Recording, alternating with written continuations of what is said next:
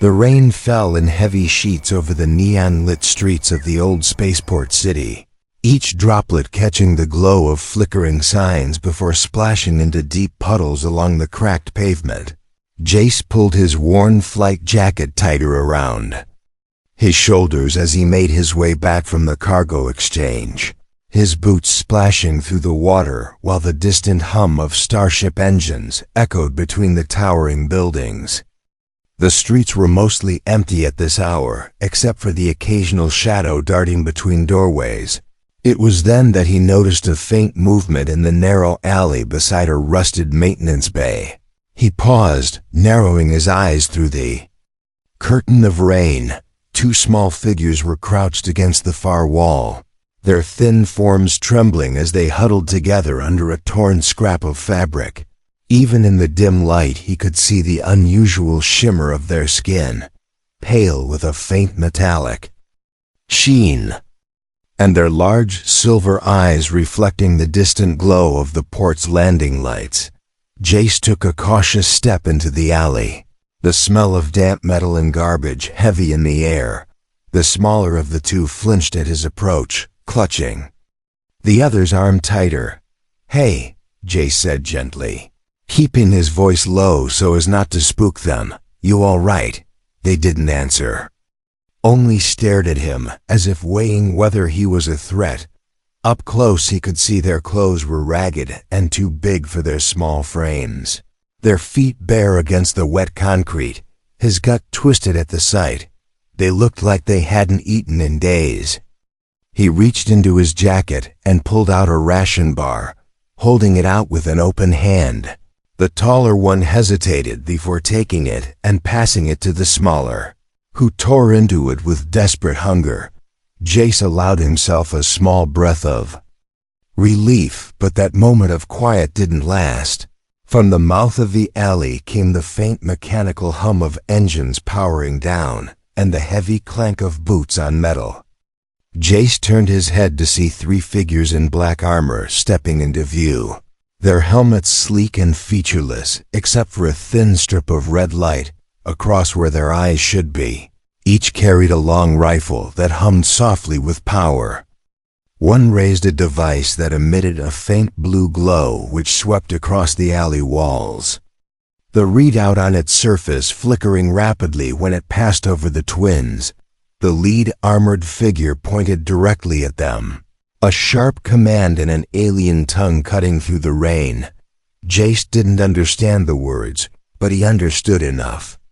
From the way they moved forward with purpose, the twins shrank back against the wall, fear flashing in their silver eyes. Jace's instincts screamed at him to walk away, to not get involved in something he didn't understand. But he couldn't ignore the way they clung to each other. He stepped in front of them without thinking, his stance firm. The lead soldier tilted their head slightly as if assessing him, then took another step forward, their weapon lowering toward his chest. Jace's mind raced, and in an instant he grabbed the twins by their arms, pulling them with him as he backed toward the far end of the alley. He knew there was a service hatch that led into the maintenance tunnels beneath the port. The soldiers shouted and moved to follow, their boots splashing through the rainwater. Jace shoved the hatch open and pushed the twins inside, climbing in after them just as a bolt of red energy seared past his shoulder and scorched the wall. The twins were breathing hard, their eyes wide. Jace turned to them. "Stay close," he whispered, and began leading them through the darkness of the tunnels. Somewhere above, the sound of heavy boots echoed through the storm, growing fainter as they searched the empty alley. But Jace knew it was only a matter of time before they realized where he had taken their prey, and by then, he and the strange silver-eyed twins would already be moving toward the one place he still had a chance to hide them. His own ship waiting in the docking bay at the far end of the port.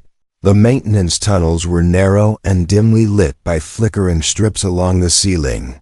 The air smelled of rust and engine grease, and every step sent a hollow metallic echo down the passage.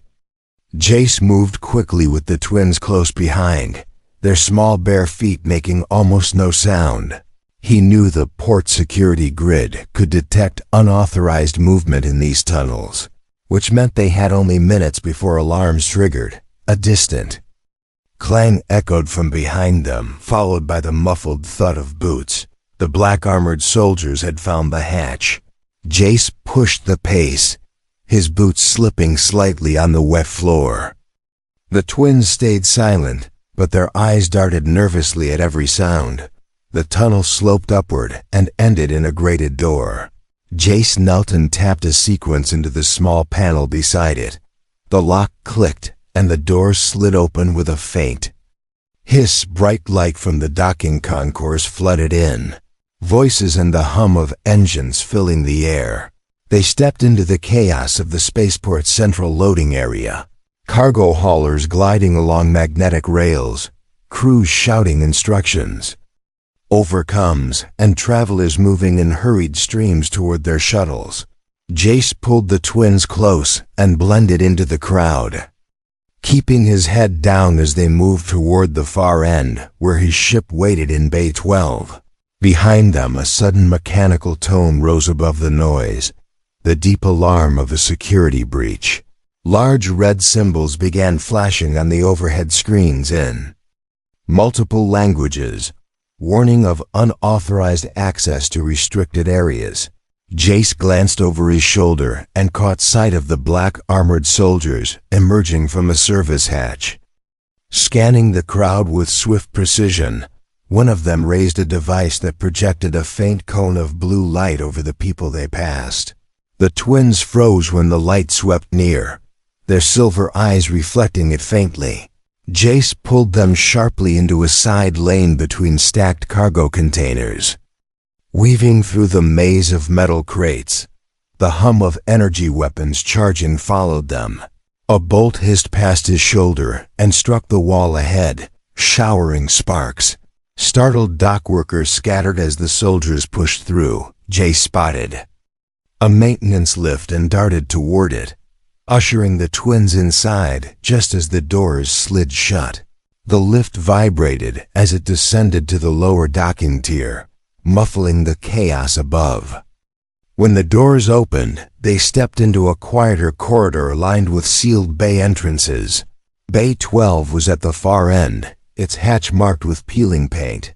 Jace dug into his jacket for the keycard, but the sound of pounding boots came from the direction they had just left. The soldiers had split up, two of them now blocking the corridor ahead. Jace turned to the twins. "Run to the ship when I say. Don't stop," he whispered, then spun to face the soldiers, tossing a small metallic sphere onto the floor. It rolled between them and burst into a cloud of thick white smoke. Shouts erupted as the hallway filled with haze. Jace grabbed the twins' hands and sprinted forward, their feet barely touching the ground as they dashed through the smoke. The hatch to Bay 12 loomed ahead. Jace slammed the keycard into the reader and the door slid open, revealing the sleek silhouette of his cargo hauler. They scrambled aboard, and Jace raced to the cockpit, fingers flying over the controls. The engines roared to life. Outside the bay, the soldiers appeared through the smoke, raising their weapons. Jace slammed the launch switch and the ship's thrusters ignited. The hauler shot forward into the stormy night sky above the city, rain streaking against the cockpit glass as alarms blared from the port behind them. The twins clung to their seats, their wide eyes fixed on the receding glow of the spaceport, while Jace kept his hands steady on the controls, knowing the real chase had only just begun. The steady hum of the ship's engines filled the cabin as Jace guided the cargo hauler through the upper atmosphere, the city lights below shrinking until they were nothing but faint glimmers beneath the clouds. The twins sat strapped into the jump seats opposite him, their knees pulled close, their silver eyes darting around the cockpit with a mix of fear and curiosity. Jace kept glancing at them between system checks, his mind a storm of questions. Once they were clear of the port's sensor range, he set the ship to autopilot and unstrapped, moving to the small rear cabin where the air was warmer and the lights dimmer. He gestured for the twins to follow. They hesitated before rising silently, the older one stepping protectively in front of the smaller as they entered the narrow space. Jace sat on the bench along the wall and leaned forward, resting his elbows on his knees. "All right," he said, his voice low but firm. "Time to talk. Who were those people after you?" The twins exchanged a glance, a silent conversation passing between them. Finally, the taller one spoke, her voice soft and carrying a strange melodic undertone. "My name is Lyra. This is my brother Kale. We were from Arathis." The name stirred something in Jace's memory, a half-forgotten holovid about an ancient alien monarchy that had vanished decades ago after a violent coup. He frowned. "Arathis is gone. No one's heard that name in years." Lyra's gaze dropped to the floor. "It is not gone. It was taken," she whispered. Kale shifted and pulled something from beneath his shirt, a pendant on a thin chain, its surface a dark crystalline material etched with a delicate pattern that shimmered faintly in the cabin light. Jace leaned closer, and the ship's a calm, synthetic voice named Mara spoke from the ceiling. "Warning, object identified as royal seal of the Arathian crown." Jace froze, staring at the pendant. Mara continued. "Authentication confirmed. Bearer recognized as direct heir to the Arathian throne." Lyra's eyes lifted to meet his. There was no fear now, only a quiet sadness. "That is why they hunt us. They want to erase the bloodline." Jace ran a hand through his hair, the reality of what he had stumbled into sinking in. "And what about your parents?" he asked. Lyra's voice faltered. "Gone, taken when the palace fell."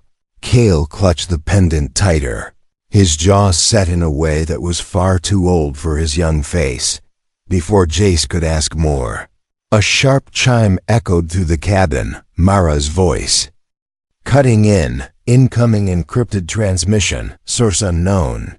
Jace moved to the console and accepted the feed. The screen lit with a static haze before resolving into the image of a figure in shadow, their voice deep and heavily distorted. "You have something that does not belong to you. Deliver the royal heirs to the coordinates attached, and you will be spared." Jace felt his stomach twist. "And if I don't?" he asked. The figure leaned forward, the faint outline of armor visible in the gloom. "Then every ship you've ever flown will be hunted. Every port will close its gates to you, and you will die in the dark with them." The feed cut abruptly, leaving only the faint static hiss before the console went dark. Jace turned to see Lyra and Kale watching him closely, their faces pale but their eyes steady. He knew then that he was far past the point of turning back, whatever their story truly was. He had made his choice the moment he pulled them from that alley. Outside the cabin window, the stars stretched ahead into the black, and somewhere in that vast darkness, the hunters were already closing in. The black sea of space stretched endlessly. Outside the cockpit window, the hum of the engine steady but edged with a faint vibration that made Jace uneasy. Mara's voice broke the silence. "Unidentified vessel on intercept course. Distance closing rapidly. Signature matches warship class Vornak Predator." Jace's jaw tightened. He had heard of Vornak Predators before, heavily armed ships built for pursuit and capture. He flicked a switch to bring up the rear cameras, and the screen showed a massive, dark silhouette against the stars, its hull bristling with weapon mounts, the red crest of the enemy glowing faintly near the bow. Lyra stepped into the cockpit, her eyes narrowing at the sight. "That is one of his," she said quietly. Kale lingered in the doorway, clutching the pendant at his chest. Mara's tone shifted to urgent. They are charging weapons. Boarding configuration detected. Jace's fingers flew over the controls, diverting more power to shields and maneuvering thrusters. The ship shuddered as the first blast struck the aft shield. Blue light rippling across the hull.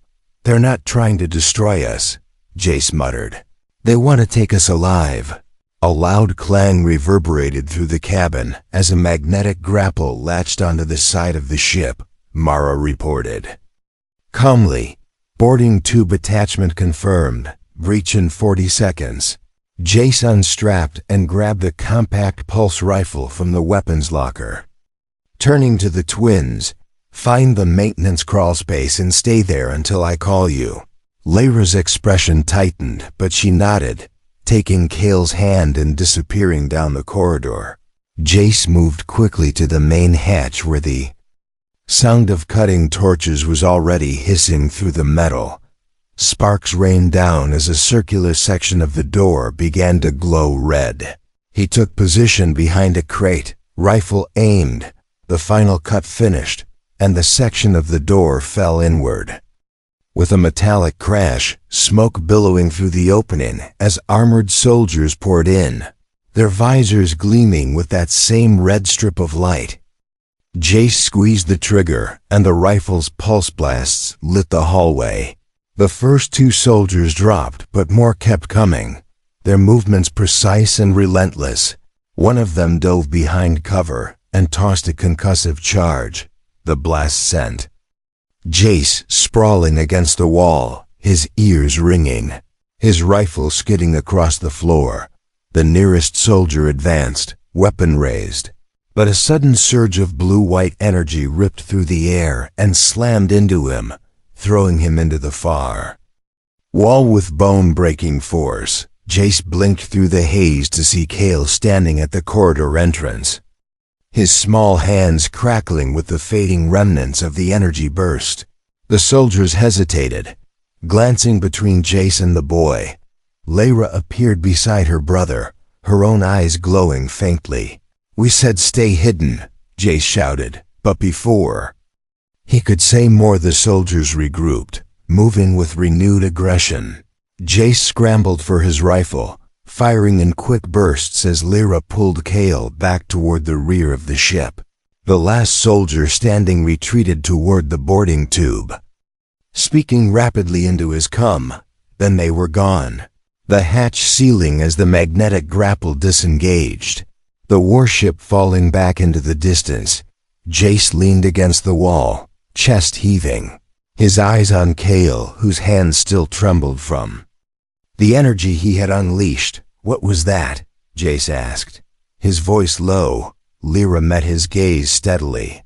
"Our bloodline is more than a title," she said, "and now they know we are not defenseless." Her words hung in the air like a warning, as Jace realized this fight had just shifted into something far more dangerous. The ship's cabin was quiet, except for the faint hum of the engines and the occasional crackle from a damaged console. Jace sat in the pilot's chair, staring at the starfield ahead, his thoughts a storm after what he had just seen behind him. Lyra and Kale sat side by side on the bench, their silver eyes fixed on him as if waiting for the questions they knew were coming. He finally turned to face them, his voice low but edged with urgency. "You're going to tell me everything now. No more half answers." Lyra nodded slowly, her fingers laced together in her lap. "We are the last surviving heirs to the Arathian throne," she said, her words carrying a quiet weight. "Our parents ruled with peace until the day the coup came. The usurper's forces struck without warning. The palace was burned, and our family scattered." Kale's voice, small but steady, followed hers. "They killed anyone loyal to the crown, anyone who might protect us."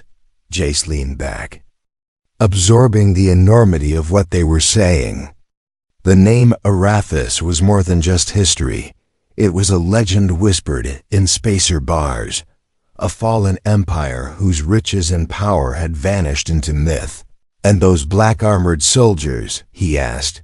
Though he already knew the answer, Lyra's gaze hardened. "Loyal to him, the one who took the throne. They will not stop until we are gone, and the line is erased forever." Jace rubbed a hand over his face, the image of Kale unleashing that surge of power replaying in his mind. "That energy you used, what was it?" Kale glanced at his sister before answering. "It is the crown's gift, passed through our bloodline, a bond between ruler and world. When the true heir stands on the throne, it awakens the planetary defenses and binds the people to their sovereign." Jace felt a chill crawl up his spine, suddenly understanding why the usurper wanted them dead. "So if you take back the throne," he said, "you could end his rule in a heartbeat." Lyra's voice was calm but unyielding. "Yes. And that is why we have been hunted since the day we escaped." Jace looked between them, seeing not just frightened children, but something far older and stronger. The weight of a legacy neither had asked for. Before he could speak, Mara's voice cut in from the ceiling. "Incoming multiple contacts. Identification positive for a Wraithian resistance fleet." Jace's head snapped toward the console, the sensors showing a cluster of ships emerging from hyperspace ahead, their hulls marked with a golden crest of intertwined wings. Lyra's breath caught. "They are ours," she said, her voice trembling slightly for the first time. "They are loyal to the true crown." Jace adjusted the ship's heading toward the largest vessel, hailing it on open frequency. Static filled the speakers before a voice responded. "Unidentified freighter. You are approaching a restricted fleet. State your purpose." Jace glanced at Lyra, who stepped forward, her tone clear and regal. "This is Princess Lyra of Arathis. With Prince Kale, last heirs to the throne, we seek audience." The silence that followed was long enough to make Jace's grip tighten on the controls. Then the voice returned, steadier now. "Stand by for escort." Two sleek fighters broke formation and moved to flank the hauler, guiding them toward the flagship. But as they closed the distance, Mara's tone shifted to sharp urgency. "Additional contacts detected. Hostile signatures inbound." Jace's eyes darted to the scanner. A second fleet was dropping out of hyperspace behind them, their hulls dark and bristling with weapons. And at the heart of their formation loomed a massive warship bearing the usurper's crest. The resistance fleet began to reposition, weapons powering up. Lyra's expression hardened. "He has found us," she said, her voice steady now, "and he will not let us reach the throne world alive." The resistance fleet closed ranks around Jace's hauler as the hostile warship surged forward, the void between them lit by the sudden flare of engine trails and the first exchange of heavy weapons fire. The deep thrum of distant cannons reverberated through Jace's ship as he followed the escort fighters toward the flagship. Lyra stood beside him, gripping the edge of the console, her silver eyes locked on the shimmering blue sphere of the throne world, now appearing on the far side of the battle. Kale leaned against the bulkhead, clutching the pendant at his chest. Mara's voice remained calm but edged with urgency. "Shields holding at 70%, hostile fleet attempting to flank our formation." Jace's jaw tightened as the comms filled with clipped orders from the resistance fleet commander. "Keep the heirs safe, priority 1. A sudden burst of static made him glance at the sensor screen, where 3 enemy interceptors had broken through the defensive line and were angling directly toward them. He threw the ship into a sharp dive as bright streaks of plasma fire cut past the cockpit. Lyra braced herself against the seat while Kale's eyes widened at the sight of the interceptors drawing closer. One of the escort fighters looped back, firing a barrage that shredded the lead attacker, but the other 2 stayed locked on their tail. Jace's hands moved fast over the controls, weaving through the chaos of the battle as larger capital ships exchanged fire all around them. Explosions flashing like silent lightning in the dark. "Hang on," he said as he threaded the hauler through the wreckage of a destroyed frigate, the twisted metal serving as momentary cover. The enemy fire slackened just long enough for the second escort to swing behind the interceptors and destroy them in a burst of white light. The path to the throne world's atmosphere cleared. Jace pushed the thrusters to maximum, the ship shuddering as they hit the upper edge of the planet's gravity well. Below them, the capital city sprawled across the land like a crown of silver and white, its towers gleaming in the light of the twin suns. Lyra's breath caught as she stepped closer to the window. Kale pressed a hand to the glass as if trying to touch the city itself. Mara's tone shifted to warning, "Hostile flagship descending." Toward the capital, ground forces preparing to deploy. Jace didn't wait for more. Guiding the hauler toward the central landing spire where the resistance banners flew, the docking clamps engaged with a heavy clang, and the hatch slid open to reveal a squad of royal guards in ceremonial armor, their weapons at the ready. The captain stepped forward, his voice carrying both relief and awe. "Your Highnesses, we thought you were lost."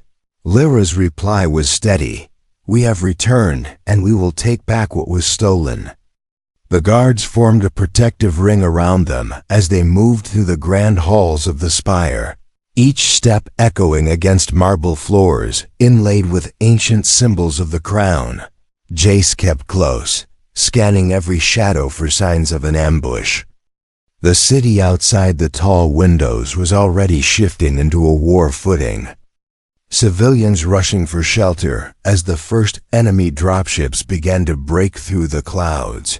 The captain quickened his pace, leading them toward the throne chamber where the council waited. Lyra and Kale's presence drew stunned gazes from those they passed, some bowing low, others whispering in disbelief. The air was heavy with both hope and fear. As they reached the tall gilded doors of the chamber, a distant explosion shook the floor. Dust drifting from the ceiling, the captain's expression darkened. "They are here," he said, and Jace felt the weight of what was coming settle in his chest, knowing that reaching the throne world was only the beginning. The true battle was about to begin within these very walls. The gilded doors to the throne chamber swung open with a deep resonant creak, revealing a vast hall lined with towering columns and a high vaulted ceiling painted with the history of the Arathian Empire. At the far end, the throne sat atop a wide dais of white stone, its back carved with the crest of intertwined wings now glowing faintly as if aware of the heir's presence. The council of elders rose from their seats along the sides, their eyes wide with disbelief as Lyra and Kale stepped forward surrounded by royal guards. Jace stayed close, scanning every archway and shadow for signs of danger. The heavy air seemed to vibrate with the weight of history and the urgency of the moment. Outside the chamber, the low rumble of distant explosions grew louder, and the faint tremor of the floor beneath their feet told him the battle was closing in. The captain of the guard barked orders, and the doors slammed shut behind them, thick locking bars sliding into place. The eldest counselor stepped forward, his voice quivering with emotion. "By the ancient law we shall begin the coronation, for only the crowned sovereign can awaken the planet's shield." Lyra exchanged a quick glance with Kale before kneeling at the base of the dais. The ceremonial crown resting on a pedestal beside the throne glimmered in the dim light, a soft hum rising from it as if it recognized its rightful owners. The council began chanting in the old tongue, their voices weaving together into a low melodic rhythm that seemed to echo from the walls themselves. Jace kept one hand on the grip of his rifle, every instinct screaming that they had only minutes. The hum of the crown grew louder as Lyra placed her hands on the armrests of the throne, Kale stepping to her side. A flash of bright light filled the chamber, and the carvings along the walls ignited in golden fire, tracing the entire history of the Arathian line. But the moment was shattered by a deafening crash, as the massive doors shook violently under the impact of an enemy. Breaching charge, dust rained from the ceiling, and the guards formed a tight perimeter around the dais. "Hold them," the captain roared. The chanting continued, but urgency crept into the elders' voices. Another boom shook the chamber, and a section of the door buckled inward. Jace raised his rifle and took position beside the guards. The breach exploded inward in a shower of fire and splintered metal. Black-armored soldiers poured through the smoke, their weapons spitting red bolts of energy. The guards met them with a wall of fire, the air thick with the roar of battle and the acrid smell of scorched stone. Jace fired in tight, controlled bursts, dropping 2 attackers before they could reach the stairs. Lyra's eyes stayed locked forward, her hands gripping the throne as the crown rose slowly from its pedestal and hovered above her head. Kale stepped into place beside her, laying his hand over hers. The instant their touch met, the crown descended in a blaze of golden light. The shockwave rippled outward, slamming into the black-armored soldiers and throwing them back toward the ruined doors. Outside the city, a low thunder rolled as the planetary shield awoke, a vast dome of golden energy erupting from the palace and spreading across the horizon. Enemy dropships struck the barrier and exploded in bursts of fire and smoke. The hostile flagship above was caught in the shield's backlash, its hull cracking and splitting as it began to fall from the sky. Inside the chamber, the last of the enemy soldiers lay unconscious or fled. The glow around the dais slowly faded, leaving Lyra seated upon the throne, Kale standing proudly beside her. The captain of the guard dropped to one knee, followed by the Wendu council and every guard in the hall. Jace lowered his rifle, breathing hard as he took in the sight.